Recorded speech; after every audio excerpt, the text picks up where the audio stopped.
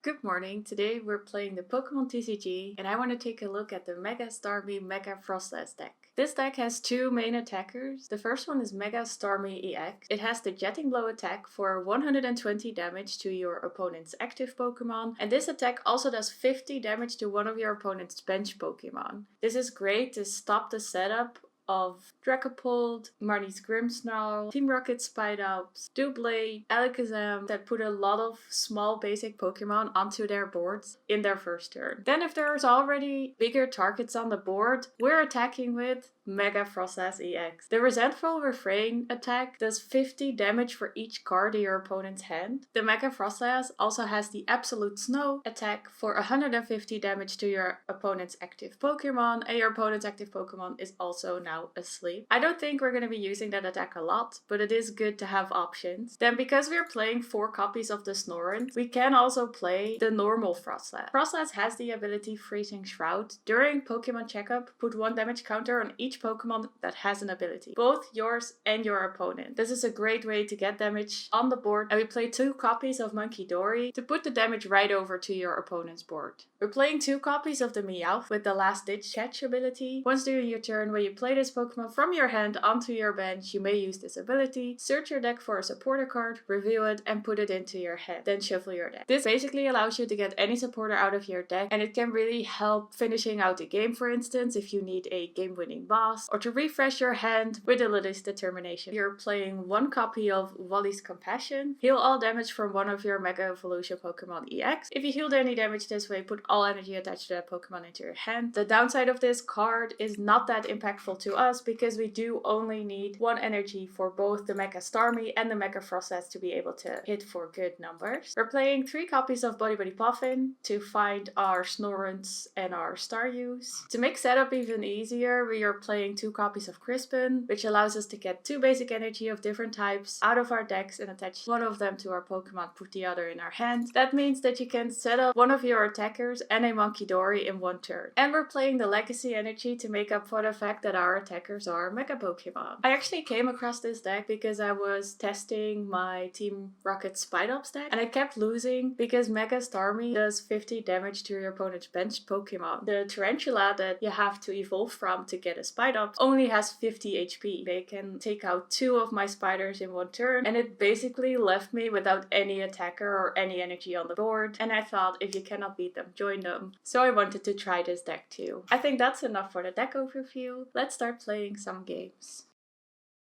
One very important thing that I actually forgot to tell during the deck overview is that we're playing 3 copies of a very fun supporter. The supporter's name is Salvatore, and it allows us to search for a Pokemon that has no ability and evolves from one of the Pokemon in play and put that Pokemon onto it to evolve it. This means that if we go second, we can get a attacker set up in 1 turn if we can also find an energy. Okay, we got a couple Pokemon that we can use to set up. I also already have a Mega Starmie on hand, so there's a very big possibility that we'll just start hitting as soon as we can. I'm also gonna get a Munkidori out, and I'm gonna check my prices for a bit. So we got 3 Salvatores in our deck. Does it seem that we have anything really interesting priced? I'm not sure yet what my opponent is playing, but the game plan for this deck is almost always the same.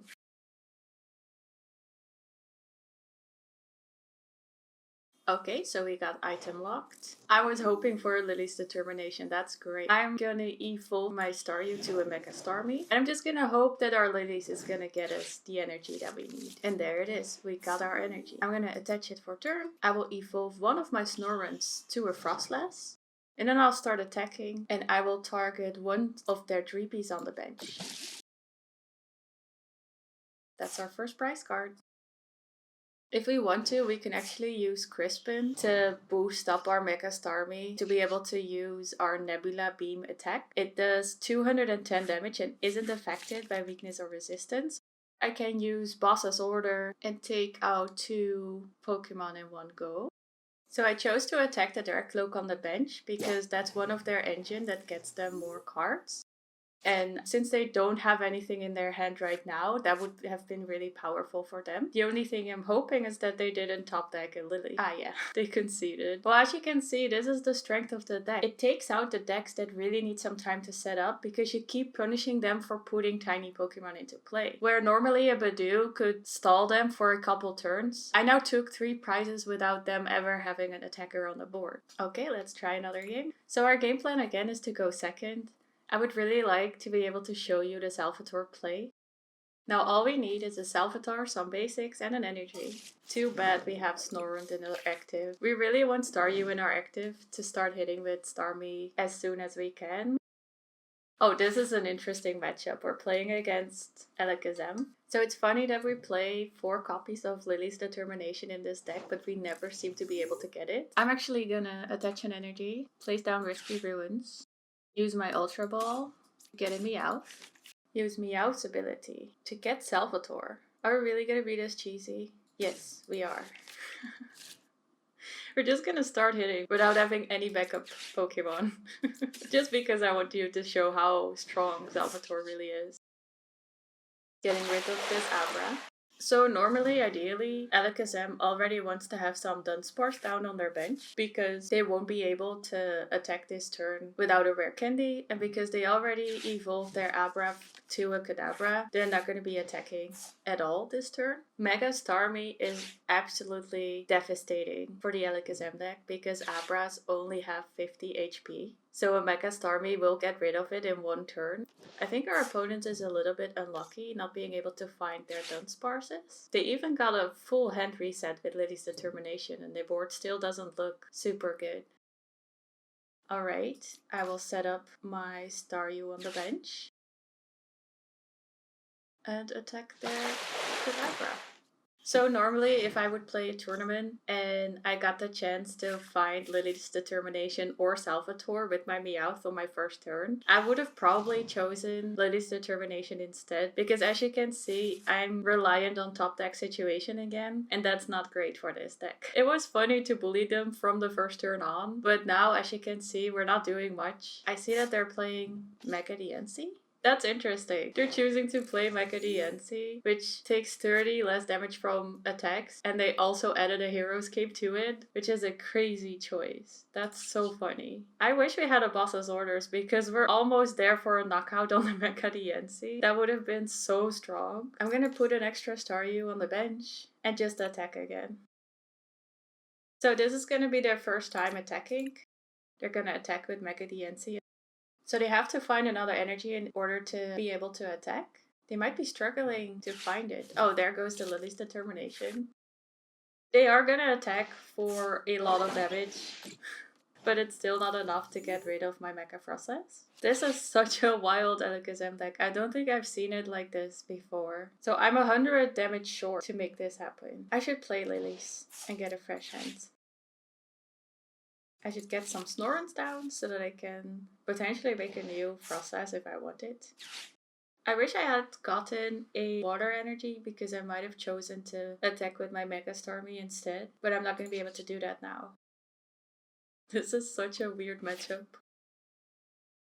Okay, so they're able to finish it up with their 1 prizer Alakazam, which is actually so super strong.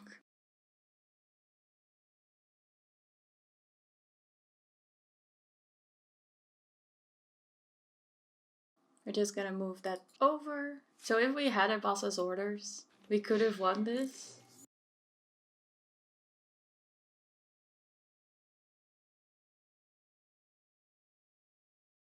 They unfortunately healed their Pokemon back up, so we're not going to be able to take it out so easily. Let's see what we're gonna get.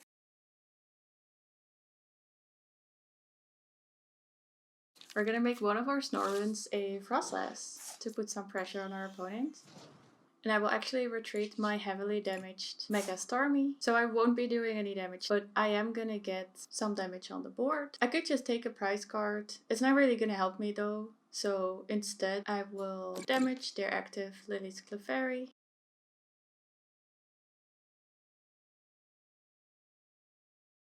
So I put damage on the active Lillie's Clefairy EX.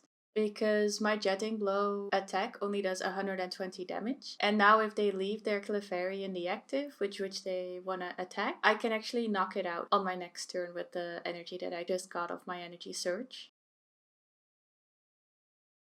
We just attach the energy for turn, do 120 damage, and then on top of that also get their smooching while we're at it. And that's how we win the game. So this was definitely a matchup that I did not expect. I had not seen this deck before, so I was improvising a little bit. And then I also didn't really get what I wanted out of my deck, but it was still really fun to play. Well, those were the games. Thanks so much for watching. See you in the next one. Bye!